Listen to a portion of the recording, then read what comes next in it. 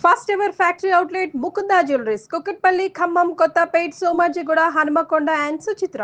భార్యలు భర్త కోసం చేసిన త్యాగాల గురించి మనం మాట్లాడుకుంటాం కానీ మన పురాణాలు చదివి చూస్తే భార్యల కోసం త్యాగం చేసిన భర్తలు కూడా చాలామంది ఉన్నారమ్మా. ఎందుకో వాళ్ళ పేర్లు మనకి బయటికి రావు, చాలా ఉన్నారు వాళ్ళు కూడా. ఇప్పుడు భార్య మాట విన్నవాళ్ళు బాగుపడ్డ వాళ్ళు ఎవరయ్యా అంటే రాముడు. వినక నశించినటువంటి వాళ్ళు, వాలి నశించాడు భార్య మాట వినక, రావణుడు నశించాడు భార్య మాట వినక. ఏదైనా సరే తపస్సు అంటే అడవులకెళ్ళి చెయ్యక్కర్లా, ఒక మాట మీద నిలబడి దానికోసం ఎన్నో త్యాగాలు చేస్తే అదే తపస్సు. నమస్తే అమ్మా. నమస్తే తల్లి. అమ్మ, మహాభారతంలో గాంధారి కథ మనందరికీ ఏం ఇన్స్పిరేషన్ ఇస్తుంది, ఏం చెప్తుంది అని తెలుసుకోవాలంటే ఏం చెప్తారమ్మా? గాంధారి చాలా గొప్ప వ్యక్తిత్వం కలిగినటువంటిదమ్మా.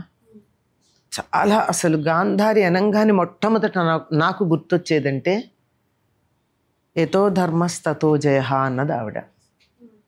యతో కృష్ణ తతో ధర్మ అని కూడా అంది అంతకన్నా ముందు. ఎప్పుడందో తెలుసా? కొడుకు యుద్ధానికి వెడుతూ అమ్మా నాకు విజయం కలగాలని చెప్పి దీవించు అంటే ఆ తల్లి దీవించిన దీవెన ఏమిటి అంటే యతో ధర్మస్తతో జయ అంది. ధర్మం ఉన్న వైపే జయం కలుగుతుంది నాయన అంది. అంటే ఏమిటి అర్థం? ఎవరైతే ధర్మాన్ని పట్టుకుంటారో ఎట్ ది ఎండ్ విజయం వాళ్ళదే. నువ్వు నాకు గొప్ప తల్లే కాదా? గొప్ప తల్లే, గొప్ప తల్లి. నువ్వు ధర్మ మార్గంలో వెళ్ళు నాయన అంటే మనసు ఎంత విశాలమైనటువంటి హృదయం కలిగిందో. అటువంటి గొప్ప తల్లి మాతృత్వం మీద ఆవిడకి కొంచెం మమకారం ఉంది. పిల్లలు కావాలి, తల్లినవ్వాలి అనేటటువంటి కోరిక ఉంది ఆవిడకి. ఆవిడ గాంధార దేశపు రాజు కుమార్తె, సుబలుడు ఆయన కుమార్తె. ఆవిడికి జాతక రీత్యా వైధవ్యం ఉంది. ఆయనకు ఒక ఆలోచన వచ్చింది. హస్తినాపురం ఆ రోజుల్లో మొత్తం ప్రపంచానికంతా కేంద్రం అనుకో. మనం ఈరోజు దేశం అంటున్నాం కానీ మనకున్న ఈ ఎల్లలు కాదు కదా పూర్వం ఉన్నవి. మొత్తానికంతా కేంద్రస్థానం అది. కనుక హస్తినాపుర రాజుకి ఇచ్చి చేస్తే నా కూతురు చక్రవర్తిని అవుతుంది. కానీ ఈవిడికి వైధవ్యం ఉంది, ఆయనకి తగి ఉంటుంది. అందుకని ఏం ఆలోచన చేశాడు? హస్తినాపుర రాజేమో గుడ్డివాడు, ధృతరాష్ట్రుడు. అందుకని ఏం చేశాడంటే నా కుమార్తెని నీకు ఇచ్చి వివాహం చేస్తాను అంటే ఈయన ఒప్పుకున్నాడు.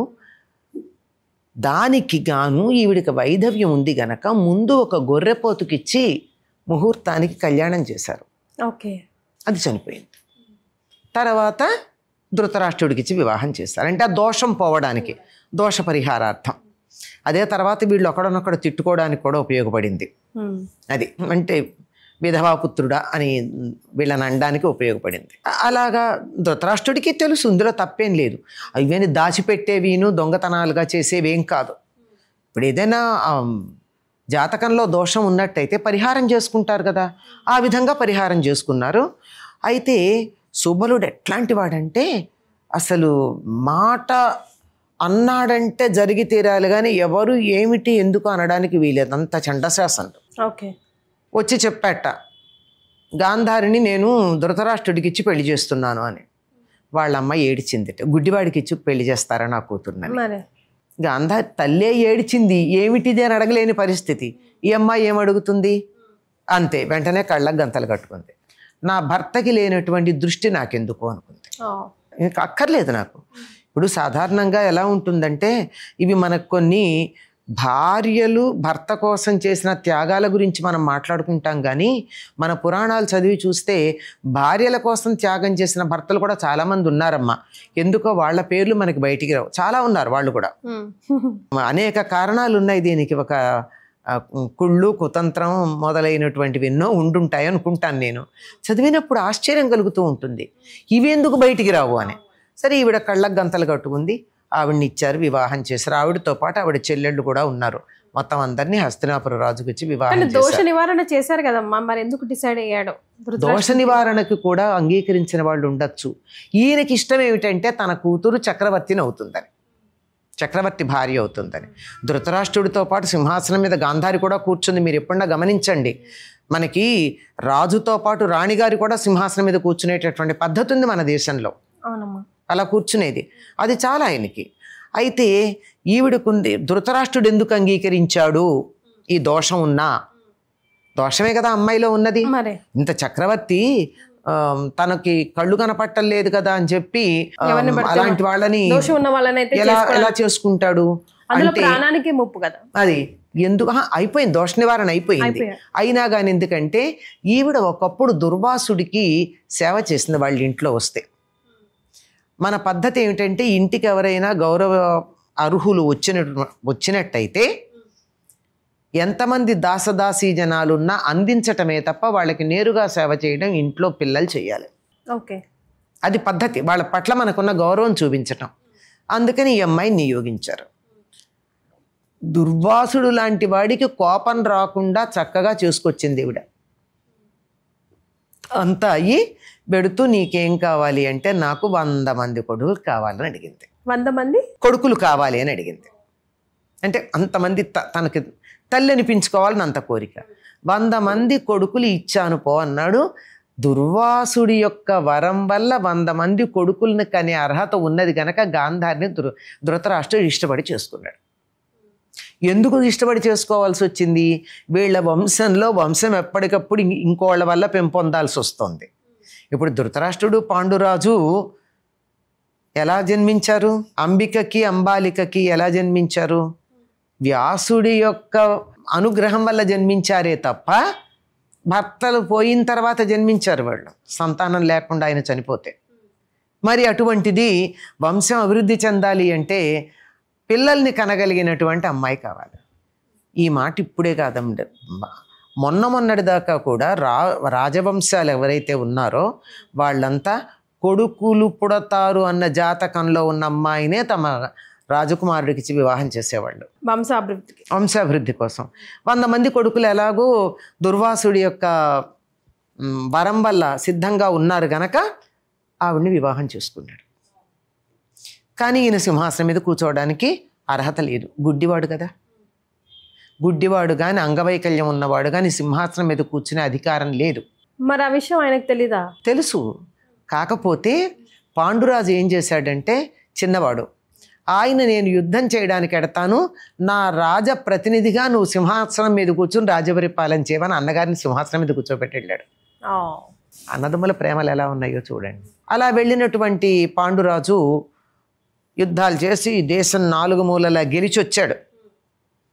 కొన్నాళ్ళు కొంచెం నేను అలా విహారం చేస్తాను అని వెళ్ళి ఆయనకి 2 భార్యలు, మాద్రి, మొదటి భార్య కుంతి, వీళ్లతో విహారానికి వెళ్ళాడు.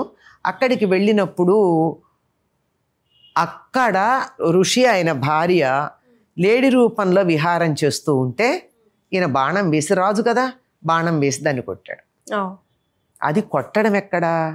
జంతువులు క్రీడిస్తూ ఉన్నప్పుడు కొట్టకూడదు. పొరపాటున వేటలో కూడా కొన్ని నియమాలు ఉన్నాయమ్మా. ఆ జంతువులు జంటగా ఉన్నట్టయితే జంట కట్టినప్పుడు జంతువుల్ని చంపకూడదు. ఈయన పట్టించుకోకుండా చంపాడు. క్రీడిస్తూ ఉన్నటువంటి జంతువుని చంపావు గనక నువ్వు నీ భార్యలతో క్రీడిస్తే చనిపోతావు అని శాపం ఇచ్చాడు ఆయన. భార్యల దగ్గరికి రావడానికి వీల్లేదు. ఇక నేను మళ్ళీ వెళ్ళలేదు. విహారానికి వెళ్ళిన వాడు ఉండి నాకు సంతానం కలిగే అధికారమే లేదు, నాకు భార్యల దగ్గరికి వెళ్ళడానికి వీల్లేదు కనుక నేను ఇక్కడే ఉంటాను అని అక్కడే ఉండిపోయాడు ఆయన ఆశ్రమంలో. ఇదే బాగుంది ఈయనకి. ధృతరాష్ట్రుడికి సింహాసనం మీద కూర్చున్నాడు. ఈ లోపల పాండురాజు ఒకసారి అక్కడే ఉండి మునివృత్తిగా ఉండి స్వర్గలోకానికి ఎడుతుంటే స్వర్గలోకంలో వాళ్ళు ఆపారు ఆయన్ని. సంతానం లేని వాళ్ళు పైకి రావడానికి వీల్లేదు, పితృదేవతలు రానియ్యరు అని. పాప వెనక్కి వచ్చాడు. వెనక్కి వచ్చి చాలా నాకు ఇలా బాధగా ఉంది అని చెప్తాడు. అంటే అప్పుడు కుంతి అంటుంది, నాకు దుర్వాసుడు ఇచ్చినటువంటి వరం ఉంది. ఇక్కడ దుర్వాసుడు ఇచ్చినటువంటి వరం ఉంది. నేను ఏ దేవతని ప్రార్థన చేస్తే వారి అంశతో నాకు సంతానం కలుగుతుంది. అప్పుడు ఈయనంటాడు, రాజుకు ధర్మం ముఖ్యం కదా, యముడిని ప్రార్థించు, యముడి అంశతో నాకు కుమారుడు కావాలి అంటాడు. సరే, కుంతీదేవి ప్రార్థన చేస్తుంది. ఆ యమధర్మరాజు వస్తాడు. ఆ యమధర్మరాజు అంశతో ఆవిడికి ఒక కుమారుడు పుడతాడు. ఆయనే యుధిష్ఠిరుడు. ధర్మరాజు యొక్క అంశ కనుక ధర్మరాజు అన్న పేరు కూడా వచ్చింది. 1 ఏడాది అయ్యాకంటాడు, ధర్మం ఉంటే సరిపోదు, బలం కూడా ఉండాలి కదా, వాయుదేవుడు అంశతో నాకు ఇంకో కుమారుడు కావాలని అడిగాడు. అప్పుడు భీముడు జన్మించాడు. తర్వాత మళ్ళీ అంటాడు, వైభవం లేకపోతే ఏం లాభం రాజుకి, కనుక ఇంద్రుడి అంశతో కావాలంటాడు. అంటే నువ్వు తప్పు చేస్తున్నావు, వరాలని దుర్వినియోగం చేసుకోకూడదు, క్షత్రియ కాంత 2 సార్ల కన్నా అడగకూడదు 3వ వరం, కానీ నువ్వు అడిగావు కనుక ఈసారికి సరే, మళ్ళీ అడగను అంటే నేను సరేనంటుంది. అప్పుడు అర్జునుడు పుడతాడు. ఇదైన కొంతకాలానికి ఈయనకి ఇంకా పిల్లలు కావాలి, రాజులకు ఎక్కువ మంది కావాలి. నువ్వు బాగానే ఉంది కానీ పాపం మాద్రి బాధపడుతుంది, మాద్రికి కూడా సంతానాన్ని కలిగించా మంత్రంతో. ఎంత తెలివిగా అడిగాడండి మాద్రి. సరేనంది అండి, మళ్ళీ అడగద్దంది. తనకు అడగద్దంది కానీ ఇంకోళ్ళకి అడగద్దని చెప్పలేదుగా. అసలు ఈ మంత్రం గురించి మళ్ళీ మాట్లాడానంటే సరేనంది. ఒకే ఛాన్స్. మాద్రి ఎంత తెలివిగలది, ఒకేసారి కదా అవకాశం. అందుకని అశ్విని దేవతలను వల్ల కావాలని అప్పుడు 2 పుడతారు. నకుల సహదేవులు పుట్టారు. సరే, ఇది ఇలా ఉంది. ఈ లోపల భీముడు పుట్టేటప్పటికన్నా ముందే గాంధారి గర్భవతి. గాంధారి గర్భవతి 100 మంది కొడుకులను అడిగింది కదా ఈవిడ. గర్భవతి అయింది. ధర్మరాజు పుట్టడానికన్నా ముందే గర్భవతి. 3 ఏళ్ళు అయ్యింది, భీముడు కూడా పుట్టేశాడు. ఈవిడ గర్భంలోంచి సంతానం బయటికి రాల. 100 మంది, 1 2 ఒకేసారి. మరి అయ్యాక ఈవిడికి భీముడు 2వ సంతానం కలిగిందని తెలియగానే ఆవిడ అక్కడ ఉన్నటువంటి దాంతో ఇట్లా పొట్ట మీద కొట్టుకుంటుంది. కొట్టుకుంటే గర్భం పతనమైపోతుంది, కింద పడిపోతుంది. సత్యవతి ఈ వంశాన్ని ఉద్ధరించటానికి వ్యాసుడు వాగ్దానం చేశాడు కదా, ధృతరాష్ట్రుడికి నాయనమ్మ ఆవిడ సత్యవతి. ఎందుకంటే విచిత్ర వీర్యుడు వాళ్ళ తల్లి కదా ఆవిడ. దాంతో వ్యాసుడిని ప్రార్థిస్తుంది. నువ్వు ఎప్పుడు పిలిస్తే అప్పుడు వస్తానన్నాడుగా, వచ్చాడు. ఏం చేయాలి, ఈ వంశాన్ని ఉద్ధరించటం అనేది నా కర్తవ్యంగా ఉంది కదా, ఏం చేయాలో చెప్పమని. అప్పుడు ఆ పిండాన్ని 100 ముక్కలు చేసి దాన్ని 100 కుండల్లో పెట్టారు, తైల భాండాల్లో. కాదు 100 కాదు, 101ది కావాలని అడిగింది. 100 మంది కొడుకులు, ఒక కూతురు లేకపోతే ఎట్లా, మరి ఒక కూతురు కావాలంది. 101 ముక్కలు చేసి 101 కుండల్లో పెట్టారు. పెట్టాక కొద్ది రోజుల తర్వాత మొదటి కుండలోంచి పెద్ద గాడిద అరుపు వినపడింది. గాడిద కేకతో ఓ పిల్లాడు పుట్టాడు. వాడే దుర్యోధనుడు. వీడి వల్ల లోకానికంత హాని కలుగుతుంది, రాజ్యానికి నష్టం కలుగుతుంది, జనహాని జరుగుతుంది, వీడిని అడవుల్లో వదిలేయండి అని చెప్పి జ్యోతిష్కులు చెప్తే ధృతరాష్ట్రుడికి పిల్లల మీద మమకారంతో వదల్ల. వాడు దుర్యోధనుడు. తర్వాత పోయింది వాడికి గాడిద కేకలు. రాజ్యమంతా రకరకాలైనటువంటి ఉత్పాతాలు కూడా వచ్చాయి, ఏదో హాని జరగబోతోందని. ఆ తర్వాత మర్నాడు 2వ కుండలో నుంచి దుశ్శాసనుడు వచ్చాడు. అట్లా ఈ 100 మంది కౌరవులు ఒకళ్ళకన్నా ఒకళ్ళు ఒక్కొక్క రోజు చిన్నవాళ్ళు, ఒక్కొక్క రోజు. 101వ కుండలో నుండి అమ్మాయి వచ్చింది. ఆవిడ పేరు దుస్సల. ఇలా వచ్చిన తర్వాత పిల్లలు పెరిగారు. వీడి వల్ల రాజ్యానికి హాని కలక ధర్మ మార్గంలో ఉండాలి అని చాలా చెప్పి చూసింది గాంధారి. ఎక్కడికక్కడ బిడ్డలకి ధర్మం చెప్పింది. ధృతరాష్ట్రుడికి కూడా ధర్మం చెప్పింది ఆవిడ, తెలుసా. ధృతరాష్ట్రుడు, గాంధారి, ద్రౌపది, కృష్ణుడు, ధర్మరాజు వీళ్ళందరూ సమానమైన తెలివితేటలు గలవాళ్ళు. భీష్ముడు. కాకపోతే ఒక్కొక్కళ్ళలో ఒక్కొక్క బలహీనత ఉండడం వల్ల ప్రాముఖ్యం పొందలేకపోయారు. గాంధారి బలహీనత ఏమిటి, భర్తను అనుసరించడం. అది బలహీనత ఎలా అవుతుందమ్మా? బలహీనతే భర్తను. ఇప్పుడు ఎంతంత గొప్పవాళ్ళు, గొప్ప గొప్ప పతివ్రతలు కూడా వాళ్ళ భర్తలని అనుసరించటం వల్ల, వాళ్ళకి చెప్పారు తప్పు అని చెప్పకపోలేదు, అందువల్లే వాళ్ళు పతివ్రతలుగా మనకి వాళ్ళని నిలిచారు.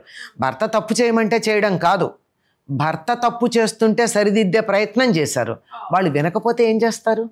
చాలా సందర్భాల్లో చెప్పింది, కొడుకు మాట వినద్దు అని చెప్పి ధృతరాష్ట్రుడికి చాలాసార్లు చెప్పింది గాంధారి. తర్వాత పాండవులు అరణ్యవాసానికి వెళ్ళినప్పుడు కూడా, అరణ్యజ్ఞవాసాలకు వెడితే కుంతీదేవిని తన దగ్గర తన అంతఃపురంలో ఉంచుకుంది గాంధారి, తెలుసా. అంటే బిడ్డలు దూరంగా పెడితే ఎంత ప్రేమగా చూసుకుంది కుంతీదేవిని. ఎక్కడ వాళ్ళిద్దరి మధ్య పొరపచ్చాలు లేవు, గాంధారికి కుంతీదేవికి. చాలా జాగ్రత్తగా చూసుకుంది. ఆ తర్వాత ద్రౌపది వస్త్రాపహరణ ఘట్టం సమయంలో ఇద్దరు కళ్ళు గుడ్డలు కట్టుకుని, నేను ఆయన గుడ్డలు కట్టుకోకుండానే గుడ్డివాడు కదా, ఏవో కొన్ని రకాలైన ఉత్పాతాలు కలిగితే ఇక్కడ ఏం జరుగుతోంది, ఇక్కడేవో ఉత్పాతాలు కనపడుతున్నాయి, ఏదో జరగకూడదు జరుగుతోంది అని చెప్పి ఈ కుల వధువుకి ఏదన్నా హాని జరిగితే రాజ్యానికి నష్టం, ద్రౌపది విషయంలో జాగ్రత్తగా ఉండమని చెప్పి ఆ వస్త్రాపహరణ ఘట్ట సమయంలో ద్రౌపది వెళ్ళి గాంధారి పక్కనే నిలబడింది, పారిపోయి తప్పించుకుని వచ్చి. అప్పుడు ఇవన్నీ కాదని చెప్పమంది. గాంధారి హెచ్చరికతో ధృతరాష్ట్రుడు నీకు వరాలు ఇస్తానమ్మా అని చెప్పి ద్రౌపదిని అడుగుతాడు. అంటే అక్కడ కూడా జాగ్రత్త పడి సలహాలు ఇచ్చి హాని కలగకుండా చేసింది. విన్నప్పుడు బాగుపడ్డారమ్మా, విననప్పుడు వాళ్ళు నశించారు. అది జరిగింది. అయిన తర్వాత యుద్ధ సమయంలో కూడా ఇంతటి మాటే మాట్లాడింది. ఆ తర్వాత యుద్ధానికన్నా ముందు చాలా మాటలు మాట్లాడింది. కొడుకుకు నచ్చ చెప్పే ప్రయత్నం చేసింది. తల్లి మాటలు వినలేదు. వింటే బాగుపడేవాడు. ధృతరాష్ట్రుడు వినలా భార్య మాట. ఇప్పుడు భార్య మాట విన్నవాళ్ళు బాగుపడ్డవాళ్ళు ఎవరయ్యా అంటే రాముడు. వినక నశించినటువంటి వాళ్ళు, వాలి నశించాడు భార్య మాట వినక, రావణుడు నశించాడు భార్య మాట వినక. భార్య మాట వినక తాను తన పిల్లలు నశించారు. తాను బాగానే ఉన్నాడు, ఎందుకంటే నరకం బతికుండగా నరకం అనుభవించాలి కదా, అందుకు బతికున్నాడు ధృతరాష్ట్రుడు. పిల్లలు మాత్రం చనిపోవడం జరిగింది. ఇదంతా కూడా తెలివి కలిగిన ధర్మం తెలిసినటువంటి భార్య చెప్పిన మాటలు వినకపోవడం వల్ల. చెప్పినంత చెప్పింది. చివరికి ఈ మాట కూడా అంటుంది, ఏమని, యతో కృష్ణ తతో ధర్మ, యతో ధర్మ తతో జయ అందంటే అర్థం ఏంటి? కృష్ణుడు ఉన్న చోట ధర్మం ఉంది, ధర్మం ఉన్న చోట విజయం ఉంటుంది అంటే పాండవులు గెలుస్తారని ఆవిడ నోట్లోంచి ఎలా వచ్చిందండి? ఏదైనా సరే తపస్సు అంటే అడవులకెళ్ళి చెయ్యక్కర్లా, ఒక మాట మీద నిలబడి దానికోసం ఎన్నో త్యాగాలు చేస్తే అదే తపస్సు. తన హోల్ స్టోరీ ఇప్పుడు మీరు చెప్తే తన హోల్ విజువలైజింగ్ చేసుకుంటే కనుక ఆ స్టోరీ, ఆమె పర్సనాలిటీ గాంధారి ఇది విజువలైజ్ చేస్తే కనుక ఎప్పుడు ఎక్కడ కూడా ఎంతటి బురదలో ఉన్న పద్మం లాంటిదమ్మా. బురదలోకి వచ్చి పడింది పద్మం, బురద పద్మానికి అంటది కదా, అట్లాంటిది గాంధారి. అయితే ఆవిడలో ఒక బలహీనత ఉంది, అందువల్ల ఆవిడ ఉచ్చస్థానానికి రాలే. బిడ్డలు కావాలన్న కోరిక, బిడ్డలన్న కోరిక. దుర్వాసుణ్ణి అదే అడిగింది. తనకి బిడ్డలు పుట్టలేదన్న బాధతో పొట్ట మీద కొట్టుకుంది, ఇంకా రాలేదు, ఇంకా పుట్టలేదు, ఇంకా పుట్టలేదని. ఈ ప్రేమ మళ్ళీ ఎక్కడ కనపడుతుందంటే యుద్ధం అంతా అయిపోయింది. యుద్ధం అంతా అయిపోయిన తర్వాత పైగా యుద్ధకాలంలో మనకు గమ్మత్తు ఏమిటో తెలుసా? యుద్ధం జరుగుతున్నంత కాలం అన్నదమ్ముల మధ్య యుద్ధం కదా, అందరూ బంధువులే కదా, పగలు యుద్ధం అయ్యేదమ్మా. రాత్రిపూట ఒకళ్ళ గుడారాల్లో ఒకళ్ళు వెళ్ళి ఎవరు చనిపోయారు, మీ వాళ్ళు ఎవరయ్యారని చెప్పి ఒకళ్ళనొకళ్ళు ఓదార్చుకుని వచ్చేవాళ్ళు. Imagine the relationships, human relationship అన్నది ఎలా ఉందో చూడు. రాజకీయం వేరు, మానవతా సంబంధాలు వేరు. అలా అయ్యాక అందరూ చనిపోయినప్పుడు వెడితే ద్రౌపదిని ఓదార్చింది. నువ్వు నేను ఒకటే అయిపోయాం కదా అంటుంది. అంటే ద్రౌపదికి కొడుకులు 5 చనిపోయారు, తనకి కొడుకులు 100 మంది చనిపోయారు. అల్లుడు కూడా చనిపోయాడు, దుస్సల భర్త సైంధవుడు, అతను చనిపోయాడు. నువ్వు నేను ఒకలాగే అయిపోయామని ద్రౌపదిని పట్టుకుని ఏడుస్తుంది. వీళ్ళందరికన్నా నాకు బాధ ఎక్కడో తెలుసా? అభిమన్యుడు చనిపోయాడమ్మా, చిన్నపిల్లవాడని చెప్పి గొల్లుని ఏడుస్తుంది గాంధారి. అభిమన్యుడు ఎవరు? అర్జునుడికి మనవడు కదా, ఈవిడికి మనవడా కాదు కదా, అవడానికి శత్రుపక్షమే కదా ఇక్కడ ఉన్నది. అక్కడ కూడా ఆవిడ బాధపడింది. ఆవిడ అభిమన్యుడి ఉత్తరని చూసి ఆవిడ తట్టుకోలేనట్టుగా ఏడుస్తుంది. పసిపిల్ల, ఇంకా గర్భవతి, చిన్నది, కాళ్ళ పారాణ అరలేదు. అటువంటి పిల్లకి ఇటువంటి స్థితి వచ్చిందని దానికోసం ఏడుస్తుంది. అయ్యాక కృష్ణుడి మీద విపరీతమైన కోపం ఈవిడికి. ఎంత కోపం అంటే నమస్కారం చేసుకుంటారు అందరూ. ధర్మరాజు వస్తాడు, వచ్చి నీకు ఇంతమంది కుమారులని చనిపోవడానికి కారణమైన నన్ను క్షమించమ్మా, అది రాజధర్మం, నా చేతుల్లో లేదు అని కాళ్ళకి దండం పెడతాడు ధర్మరాజు వచ్చి. అప్పుడు ఆవిడ ఇలా చూస్తుంటే బాధతో చూస్తే ఆవిడ ఈ కంటికి కట్టుకున్న పట్టీ ఉందే, ఆ పట్టీలో నుంచి ఆవిడ కోపపు చూపు కింద నుంచి వచ్చి ధర్మరాజు పాదాల మీద పడితే ఆయన గోళ్ళు కమిలిపోయాయట. అంత ఆవేదన. ఇప్పుడు ధర్మమే, కొడుకులందరూ చచ్చిపోయారన్న దుఃఖమే. అంతే కదమ్మా. ఆ దుఃఖంలోంచి వచ్చినటువంటి మాట. దానికి ధర్మరాజు కాలికున్న గోళ్ళు ఆవిడ అలా చూస్తే కిందకే కదా ఈ కింద నుంచి వచ్చే చూపు పడేది, అవి కమిలిపోయాయి అంటారు కాలిగోళ్ళు. అంత ఆవేదన లోపల ఉండిపోయింది. తప్పెవరిదన్నా కానీ వాడు అంటాం కదా, నా కొడుకు తప్పే చేశాడు, సరి చెయ్యాలి కానీ చంపుతారా? అది కదా ఎవరన్నా కోరుకునేది, ఎవరైనా అనుకునే బాధ. ఒక్క కొడుకుని మిగల్చలేదు, ఇంతమందిలో ఒక్క కొడుకుని మిగల్చకుండా చంపావి అని. అప్పుడు కృష్ణుడు వస్తే, నువ్వు సర్వసమర్థుడివి, నువ్వు తలుచుకుంటే యుద్ధం ఆగేది, యుద్ధం ఆపగలిగిన సామర్థ్యం ఉండి నువ్వు యుద్ధం ఆపనందుకు నా బిడ్డలు ఎలా నశించారో నీ వంశం కూడా అలాగే నశిస్తుంది అని శపించింది. అదే గాంధారి శాపం కదా. గాంధారి శాపం. ఆ మాట అంటే కృష్ణుడు నమస్కారం చేసి, తల్లి నీ శాపాన్ని స్వీకరిస్తున్నా, నీ బాధ నాకు తెలుసు, కానీ నీ శాపం పెద్ద ప్రయోజనం ఉన్నది కాదు. ఎందుకంటే ఇప్పటికే దుర్వాసుల వారి శాపం ఉంది మాకు, మా వంశం నశించటానికి. దానికి ఇది ఉపబలకం, అంటే తోడుపడేదే తప్ప ఇది వేరేది కాదు కనుక అని చెప్పి నమస్కారం చేస్తారు. అందరి చేత నమస్కరించగలిగినటువంటి ఉన్నతమైనటువంటి స్వభావం కలిగింది. తర్వాత కొద్ది రోజులు పరిపాలన అయ్యాక విదురుడు వచ్చి ఎందుకు ఇక్కడ ఉంటారని చెప్పి ధృతరాష్ట్రుడిని బాగా మందలిస్తాడు, సిగ్గులేదా అని. చాలా మాటలు అంటాడు. అదందరూ కూడా ఆ విదురుడు అక్కడ చెప్పిన మాటలు ఏవైతే ఉన్నాయో అవన్నీ ముసల్తనం వచ్చిన వాళ్ళందరూ వినాల్సిన మాటలు, సీనియర్ సిటిజన్స్ అంతా వినాల్సిందే ఆ మాటలు. అవన్నీ మాట్లాడి తను అరణ్యవాసానికి వెళ్ళిపోతూ తెల్లారేటప్పటికి ధర్మరాజుకు చెప్పకుండా బయలుదేరతాడు. అలా బయలుదేరుతున్నప్పుడు గాంధారి యొక్క ఔదార్యం చూడండి, తమతో పాటు కుంతిని కూడా తీసుకెళ్తుంది. కుంతి కొడుకులు రాజ్యంలో ఉన్నారు, అయినా సరే ధర్మరాజే కదా పరిపాలిస్తున్నాడు, తమతో పాటు ఇంతకాలం తమతో పాటే ఉంది. ఎవరెక్కడ ఉన్నా గాంధారి కుంతిని తనతో పాటే చూసుకున్నది. అసలు గాంధారి స్వభావం చూడండి. ఎవరిలో నాకు బలహీనత ఉంటుంది కాదను, చెప్తూనే ఉంది కొడుకు వల్ల నష్టం ఉంది, వాడిని దూరంగా పెట్టమని. వాడి మాట వినద్దని చెప్పింది కదా. ఎక్కడికక్కడ సరి చేసుకుంటూనే వచ్చింది కదా.